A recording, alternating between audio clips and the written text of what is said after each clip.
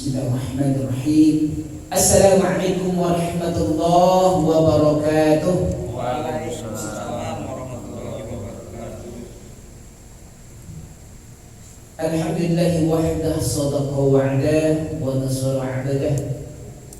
Wassalatu wassalamu ala Rasulillah Muhammad ibn Abdillah alladhi yuladu fi Makkah al-Mukarramah wa yamutu wa dufina fi Madinatil Munawwarah wa ala alihi wa sahbihi wa mawalah, amma ba'd. Bersama-sama dengan kita doa pembukanya. Bismillah wa subhanallah walhamdulillah wa la ilaha illallah wallahu akbar wa la hawla wa la quwwata illa billahil aliyyil azim al-azizil alim adada kulli harfin kutiba wa yuktabu abadal abidin wa dahrat dahilin. Allahumma faqihna fid din wa ala kulli niyatin salihah. Al-Fatihah. A'udzu billahi minasyaitonir rajim. Bismillahir rahmanir rahim. Alhamdulillahi rabbil alamin. Arrahmanir rahim. Maliki yaumiddin. Iyyaka na'budu wa iyyaka nasta'in. Ihdinas siratal mustaqim. Siratal ladzina an'amta 'alaihim ghairil maghdubi 'alaihim waladdallin.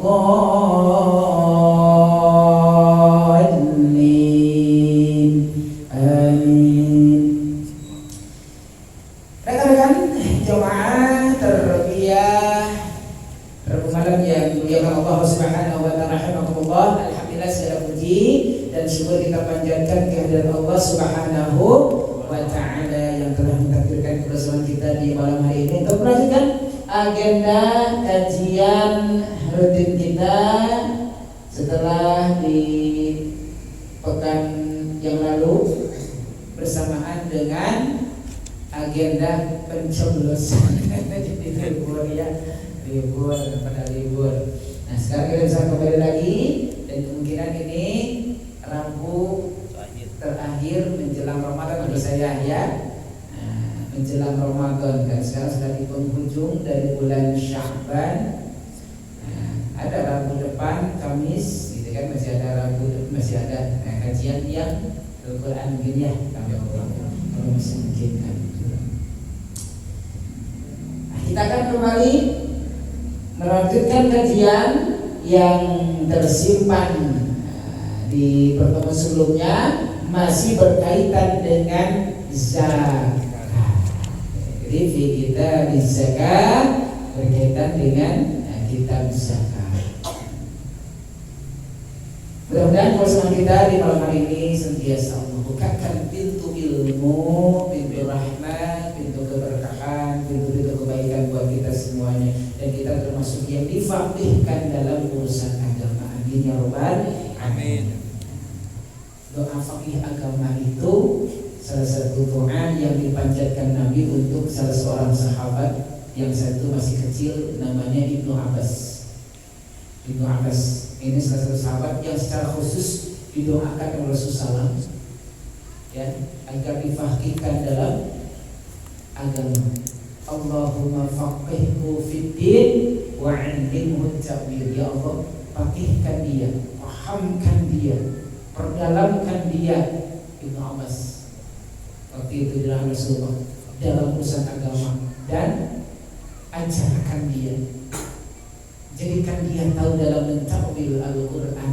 Maka dia termasuk salah seorang pentafsir Al-Quran yang luar biasa. Jadi masa-masa sahabat kalau ada masalah tentang Al-Quran, lalu bertanya kepada sahabat-sahabat yang lainnya, maka jawabannya tanya aja sama Ibnu Abbas. Gitu ya, tanya aja sama Ibnu Abbas. Ibnu Abbas mahir dalam mentafsirkan Al-Quran luar biasa. Dan ini salah satu doa dari Rasulullah.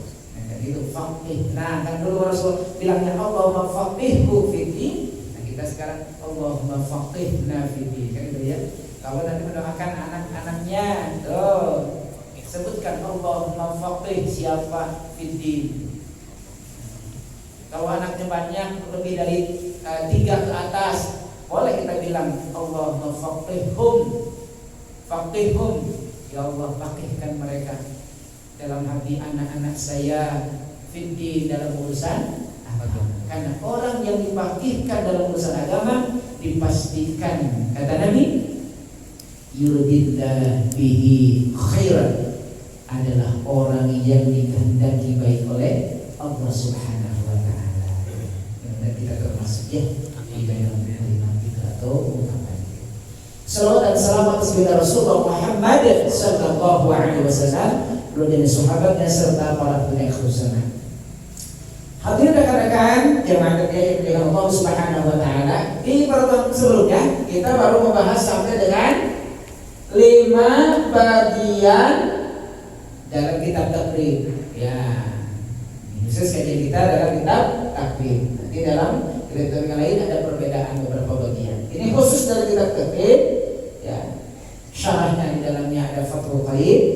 Ini ada 5. Yang pertama al-mawashi ay al-an'am, binatang ternak. Nah ini sudah dibahas ya. Nah, yakni onta, sapi, kambing dan yang sejenis. Onta gak ada jenis yang lain, cuma onta kan. Kalau sapi ada kerbau, gitu ya. Kalau kambing ada domba, biri-biri. Nah, jadi onta berdiri sendiri. Masing-masing punya batas nisabnya. Syaratnya secara umum ada 5. Nah khusus untuk nomor 1 di pekan sebelumnya kita sudah bahas syaratnya ada 6. Ada 6. Apa itu? Islam, merdeka, milik sempurna. Jadi memang hak miliknya. Si kambing, onta, memang miliknya diri sendiri gitu. Miliknya sendiri, bukan punya orang, bukan membalai punya orang atau separuh-separuh dengan orang, harus hak milik sempurna. Kemudian 4 nisab, sampai pada batas ini minimal. Onta ada batas minimalnya. Kemudian sapi ada batas minimalnya, kambing ada batas minimalnya. Ya, baru wajib memberikan zakatnya. Kemudian haul, tunggu sampai 1 tahun. Nah, ada 6 khusus untuk yang anak-anak. Berikutnya, nih. Yang kedua ada al-asman. Al-asman, barang berharga oleh musannif dia khususkan hanya untuk 2 saja. Hanya untuk berapa? 2 saja. Banyak mungkin di rumah barang-barang yang berharga ya. Kira-kira kalau HP termasuk barang berharga, laptop gitu ya, dan lain sebagainya, mobil, barang berharga. Tapi yang dimaksud al-asmanul musannif adalah emas dan perak. Nanti kalau kendaraan, kalau rumah berharga, kemudian laptop bisa termasuk berharga, kira-kira berharga, nanti ada pada posisi yang lain, di mana dia wajib zakatnya. Karena nanti ketika barang itu dipergunakan, dimanfaatkan dalam kehidupan sehari-hari, sebagai ulama tidak ada kewajiban zakat. Rumah yang kita tempati tidak ada kewajiban zakat. Kendaraan kita pakai tidak ada kewajiban zakat. Kecuali kalau nanti rumah disewakan, nah ada zakat dari hasil penyewaannya, nanti masuk di at-tijar. Jadi udah pindah dari barang berharga, pindah ke sini, begitu, pindah ke sini. Ini hanya emas, perak, al-dhahab wal fiddah, emas dan perak. Nanti masing-masing punya nisabnya. Punya nisabnya. Yang paling masyhur kan untuk emas 85 gram. Nisabnya. Yang ngumpulin perak sejarang. Yang ngumpulin perak jarang, ya, yang nyimpan perak rata-rata yang nyimpan emas baik itu berupa batangan atau belum dicetak sebagai batangan. Kemudian ada yang ketiga az-zuru, tanaman. Yang dimaksud adalah bermusannif dikhususkan pada makanan yang memberi kekuatan atau disebut dengan makanan pokok. Kalau di kita beras, gitu kan ya. Apalagi gandum, jagung, sagu, apapun yang dijadikan makanan pokok dan memberikan kekuatan, maka bisa jadi masuk di dalamnya apa? Sambal itu bisa masuk kalau itu memberikan kekuatan. Maka di luar sesuatu yang tidak sebagai bagian makanan pokok untuk memberikan kekuatan, itu tidak terkenai zakat. Contoh sayur, nah ini pada dasarnya sayuran wortel, kalau kita ya wortel itu tidak termasuk yang kena wajib zakat. Bisa dikecualikan tuh. Makanya ya orang kita mah udah gorengan, tomro, lupis, candahar samo belum makan. Padahal seorang sekarang segala asup kalau belum makan nasi, udah makan belum? Belum. Udah mesti minum bisa berapa piring tapi belum makan nasi, belum makan. Belum apa-apa, belum ada yang tapi sudah makan nasi walaupun hanya 2 suap, bilangnya sudah makan. Orang kita mau begitu berarti memang makanan pokok kita nasi gitu kan, beras atau padi. Ini az-zurub. Kemudian ada as-samar atau al-asmar zamannya. Ya, buah-buahan. Nah, musannif mengecualikan atau mengkhususkan untuk al-asmar buah-buahan hanya 2 juga, sama dengan al-asman. Al-asmar dengan asman memiliki kesamaan, yakni hanya 2 yang ditetapkan oleh musannif. Apa itu? Kurma dan anggur. Artinya selain kurma dan anggur, menurut musannif dalam kitab ini tidak termasuk yang kena zakat dari asman. Kemudian yang terakhir ada at-tijarah. At-tijarah. Nah, kalau tijarah maka ini sifatnya lebih luas. Az-zurub bisa masuk, al-asmar yang tidak masuk al-asmar bisa masuk az-zurub. At-tijarah yang tidak masuk az-zurub bisa masuk at-tijarah. Yang tidak masuk al-asmar bisa masuk semuanya ke sini. Ketika di dalamnya ada urud tijarah, perniagaan, ada jual beli, maka keuntungan hasil dari jual beli ini kalau terpenuhi syarat, buahnya bukan buah korma, bisnisnya bisnis apa? Enggak, buah-buahan juga, misalkan kalapa gitu, kalapa bisnisnya kan tidak termasuk kurma dan anggur. Atau naon tadi buah naon jamu, buah nanti sedang cau. Nah di kampung kan itu ya banyak bisa dibisniskan. Kirim ton, wah kemana? Ke pasar gede bagai gitu, cau, cau raja, cau muli, cau naon ya, cau. Sabang cau. Nah secara lahiriah menurut saya tidak masuk kategori asmar zakatnya, tapi nanti bisa masuk ke at-tijarah. Dari mana? Dari jual belinya, bisnisnya, dari bisnisnya. Ternyata dari bisnis penjualan jauh itu omsetnya per bulan 10 juta. Per bulan 10 juta. Hitung setahun. Haul, karena 300 itu harus haul. Hitung setahun jadi berapa? 10 kali 12 120 juta. Kira-kira sudah wajib zakat tidak? Wajib zakat tidak? 85 gram. Kalau ambil kita 1 juta aja ya, 85 gram sudah berapa? 85 juta. Omsetnya 120 juta. Sudah nisab belum? Sudah. Maka dia jadi nisab. Masuknya ke at-tijarah. Berapa dikeluarkannya? 2,5% ya, dari hasil perniagaan itu, dari omset yang didapatkan itu. Wah luar biasa. Nah jadi tidak masuk ke asmar, karena ini kurma dan anggur, tapi bisa masuk ke at-tijarah kalau itu menjadi bisnis dari hasil penjualannya, dari omset perdagangannya, perniagaannya. Jadi al-an'am, al-asman, az-zurub, as-samar, at-tijarah.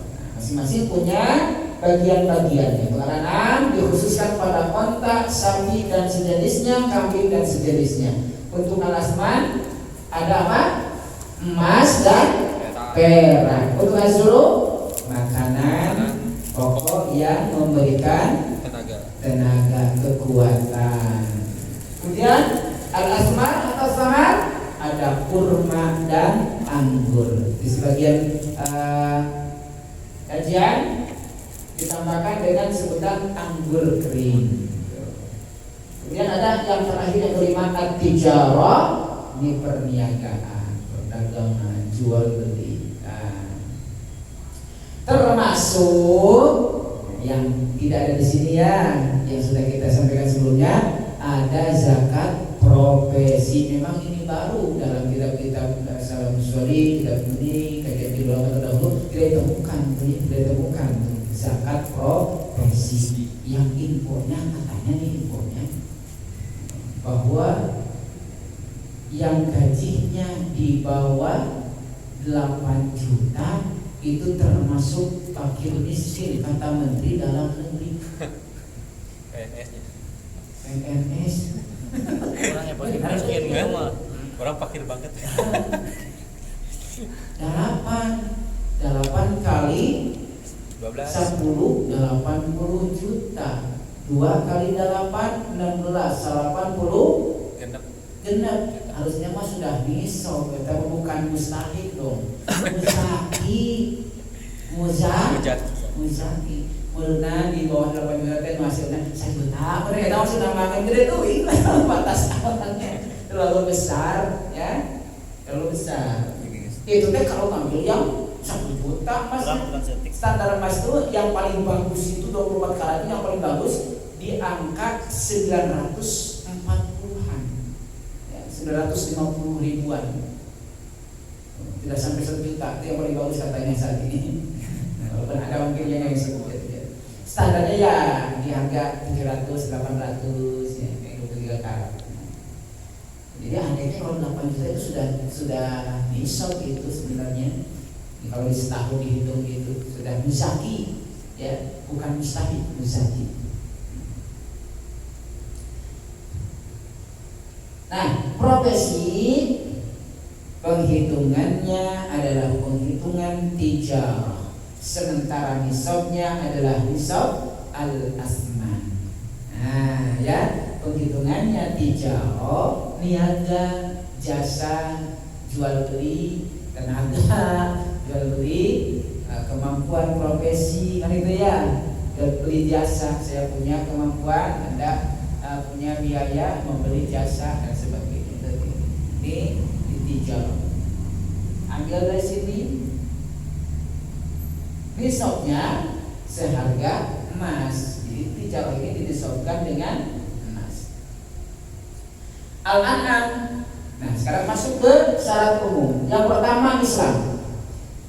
Baik itu al-an'am, al-asman, az-zuru, al-asmar, at-tijarah, syarat pertama Islam. Artinya bagi yang bukan muslim maka tidak ada kewajiban zakat. Dalam pandangan Islam tidak ada zakat bagi yang non muslim, karena zakat hanya disyaratkan bagi seorang yang beragama Islam. Jadi syarat pertama wajib zakat itu beragama Islam. Jadi kalau ada orang yang mengaku Islam sudah terpenuhi syarat, maka dia wajib zakat. Kemudian tidak zakat, artinya dia sudah menggugurkan keislamannya, begitu, menggugurkan keislamannya di Islam. Maka buktikan keislaman itu diantaranya dengan zakat, karena zakat merupakan salah satu dari rukun Islam.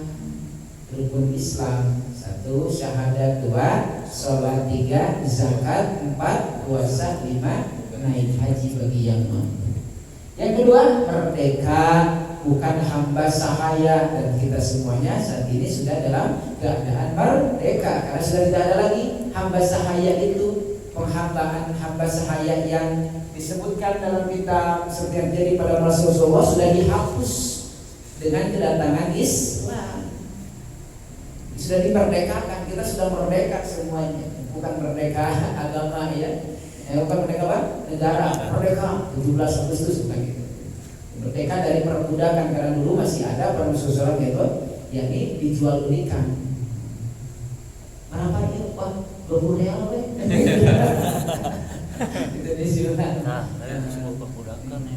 Cari yang mahal gitu. Makanya rata-rata dulu jual perbudakan, budak itu adalah dari daerah-daerah Afrika gitu ya, yang hitam. Kenapa? Harganya lebih murah begitu. Lebih murah. Oh, merdeka. Kemudian sekarang sudah tidak ada lagi penghambaan. Hamba sahaya sudah tidak ada.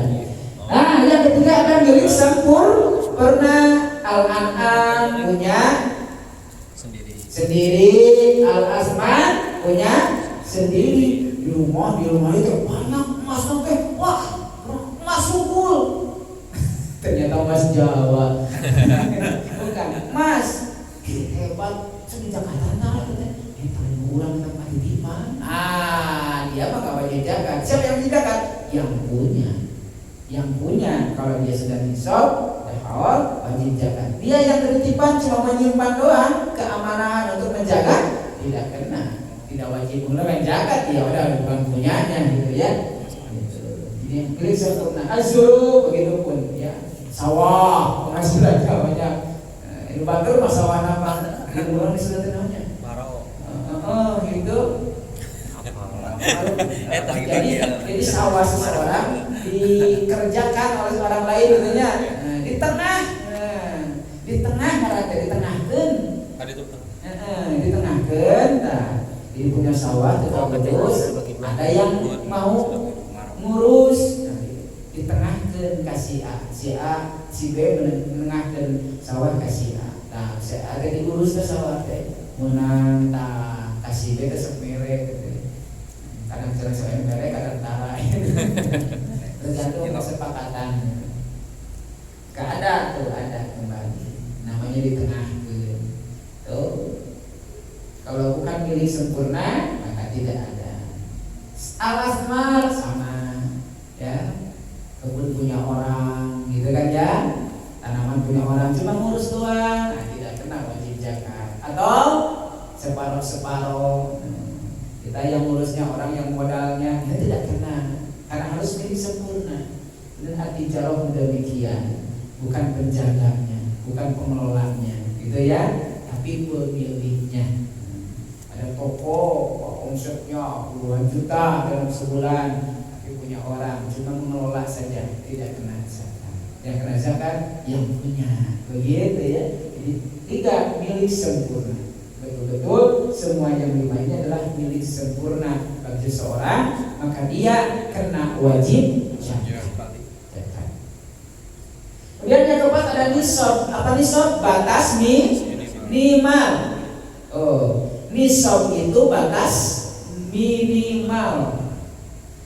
Dalam haji juga ada disebut dengan nisab. Kan haji itu kalau seseorang berangkat haji atau umroh, sebagian para ulama dikarenakan 3 hal.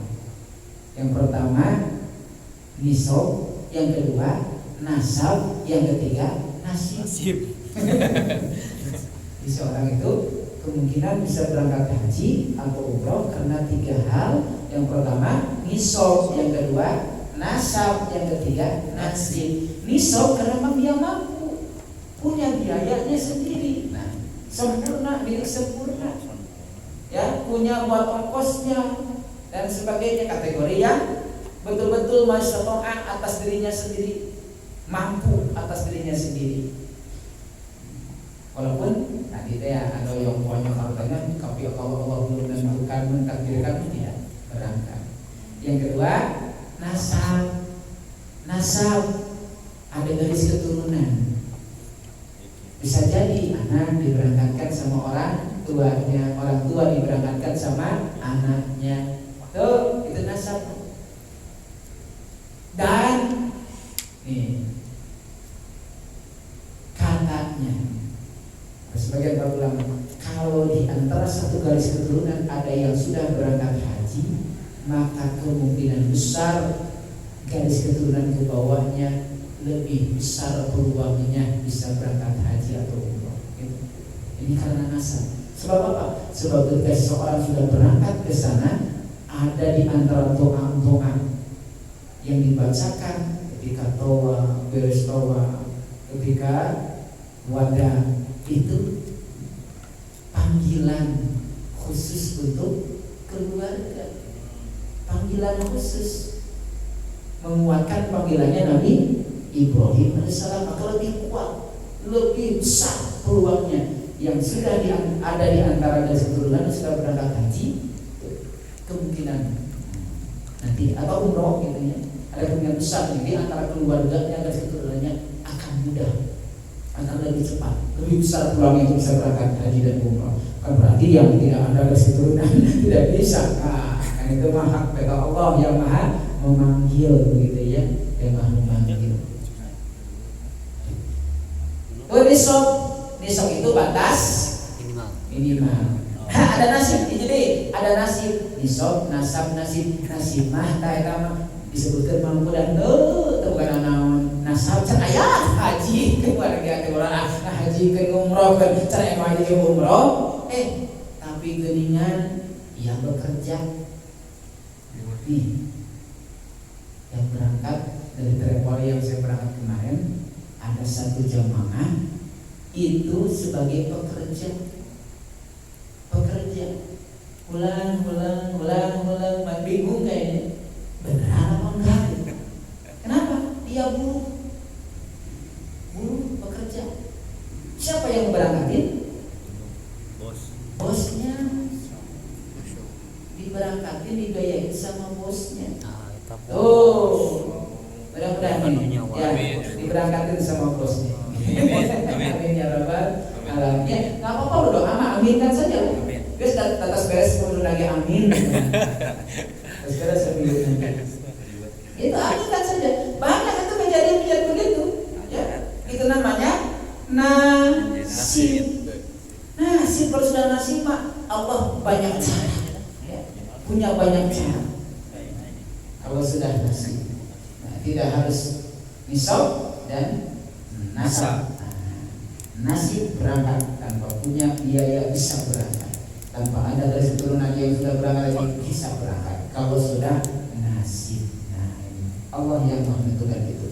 Nah untuk zakat dikalinya ini, zakat nisab adalah batas minimal kena hitungan wajib zakat. Tadi ontak misalnya, ya sudah kena zakat kalau sudah punya 5 ontak.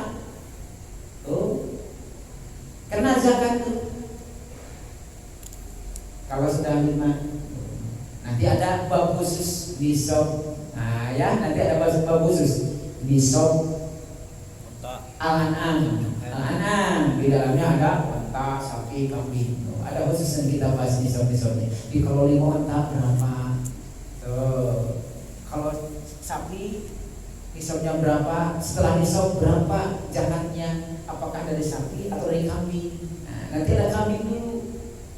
Kambing 40 misalkan nisabnya. Nah, dari 40 berapa kambing? Kambingnya seperti apa? Usianya berapa? Nanti ada usia-usia.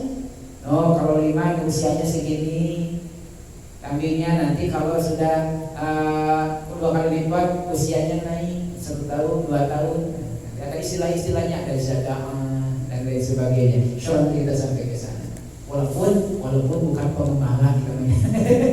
Bukan peternak ya minimal tadi. Mudah-mudahan nanti selewat saja lah. Nah, hanya untuk mengetahui saja bahwa dulu ya, bagi yang berkecimpung di bagian al-an'am memang ada zakat.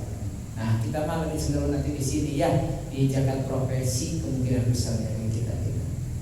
Tapi mudah-mudahan kira ada al-asma di rumahnya banyak pada berharga. Ada emas perak. Tapi di sini kelihatan nggak ada yang dari Jawa pasti Jawa.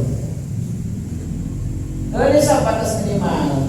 Asma emas minimal 85 gram. Tuh, kemudian asuru. Nah, nanti ada hitungannya.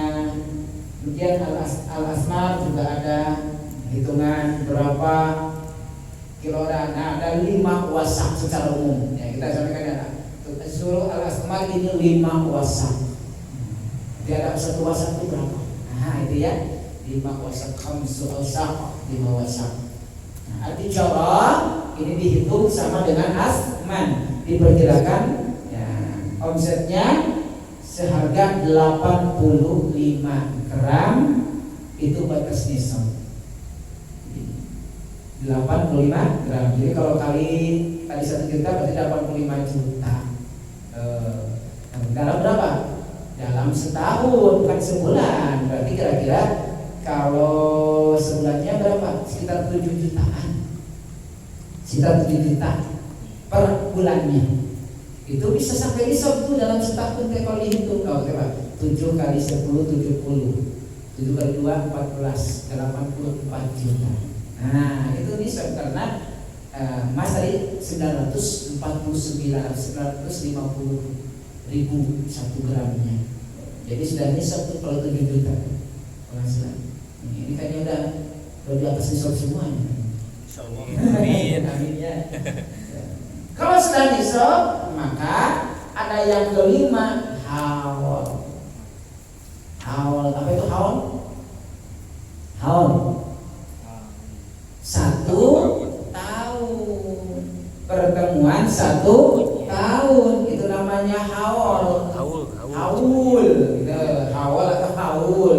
Maka di beberapa daerah ketika ada seorang yang wafat, kemudian sampai setahun, ketika disebut haul, ya haulan, ya haul atau di haul siapa, bin siapa, pengajian akhir dalam agenda haul. Nah haul itu berarti 1 tahun, setiap setahun namanya haul. Ya. Dari mana kita menghitung haulnya? Apakah dengan kalender Masehi atau kalender Hijriah? Kalender Hijriah, ya, kalender Hijriah bukan kalender Masehi. Makanya kalau kita mengambil permulaan perhitungan, misalkan 1 Muharram, nanti haulnya 1 Muharram. Kalau mengambilnya 1 Syawal, maka nanti haulnya 1 Syawal. Oh, saya zakatnya setiap pertengahan Ramadan, 15 Ramadan, maka nanti sampai ketemu 15 Ramadan. Itu haulnya. Jadi bukan menghitung dengan hitungan Masehi, tapi menghitung dengan hitungan Hijriah. Maka harus tahu titik pertama kita menghitung, memulai penghitungan adalah dari mana, tanggal berapa bulan Hijriah, bukan bulan Masehi, bulan Hijriah. Saya biasanya menghitung dari Syawal, 1 Syawal. Nah, nanti disiapkan pengeluarannya juga, zakat malnya di 1 Syawal. Sekalian mudik, ya, kalau mudik berarti gitu ya. Tuh, haul di Islam mereka disebutnya nisab haul. Ini untuk sebagian besar. Ada yang tidak haul. Ada yang tidak haul. Coba tebak. Yang tidak haul yang mana? Makanan. Mana makanan? Az-zuru, betul. Az-zuru sama al-asmar ini tidak kena haul. Tidak kena haul. Sebab az-zuru al-asmar ini kenanya panen. 6 bulan panen, terpenuhi nisab zakat. Tidak harus nunggu setahun 2 kali itu, enggak, setiap panen. Setiap panen. Nanti ada presentasinya. Kalau menggunakan irigasi tanpa biaya, maka 10% nanti zakatnya. Kalau menggunakan biaya irigasinya, pakai alat gitu kan ya, desol dan sebagainya, maka nanti zakatnya 5%. Dianggap 5%-nya untuk biaya kebutuhan. Nah, pembiayaan. Ini untuk az-zuru al-asmar. Ini tidak kena haul. Yang kena haul adalah at-tijarah al-asman al-an'am.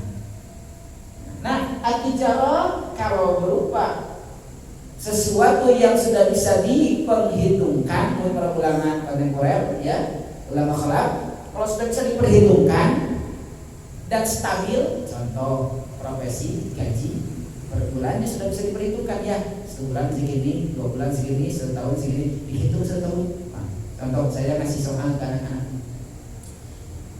Anggap saja kita ini sebagai musafir. Saya mendapatkan gaji per bulan 7 juta. Anak-anak pas baru cakap kelas 9.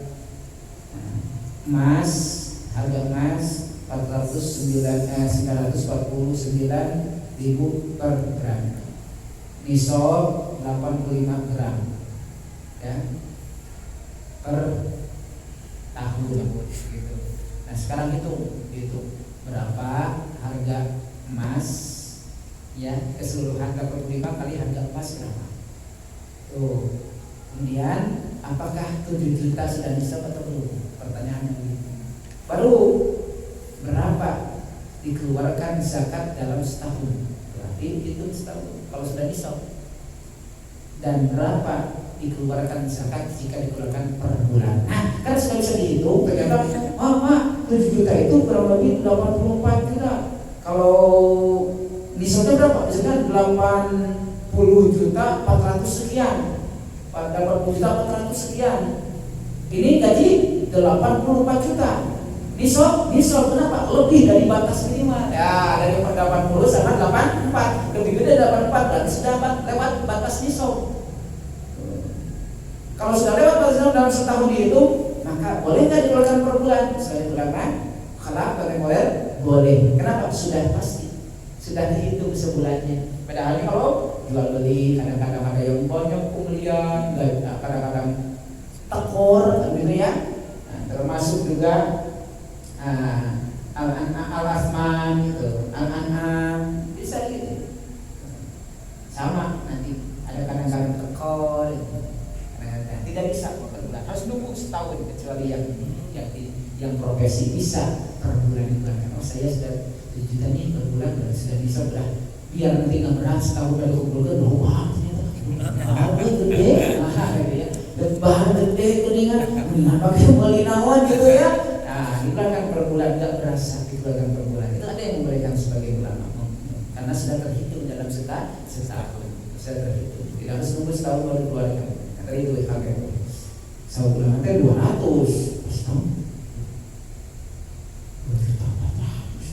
Gitu kan ya? Gede, oke. Lebaran ini pakai beli kulkas. Di sana gitu ya. Nah, selalu ada. Boleh. Tapi kalau bisa terjaga keimanannya untuk melakukan zakat setahun, sebenarnya lebih utama dikeluarkan per tahun. Tetapi lebih utamanya awal. Itu bagian dari syarat.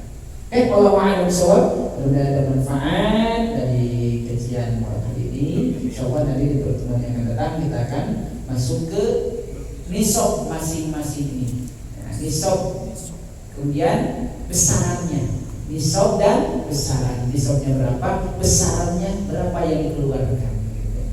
Kalau tadi nisabnya kontak 5, dari 5 itu berapa yang dikeluarkan. Nah, itu zakatnya. Terima kasih bersamaannya dan kita akhiri dulu dengan doa kibatul majlis. Subhanakallahumma wa bihamdika asyhadu an la ilaha illa anta astaghfiruka wa atubu ilaik. Walhamdulillahirabbil alamin. Wassalamualaikum warahmatullahi wabarakatuh.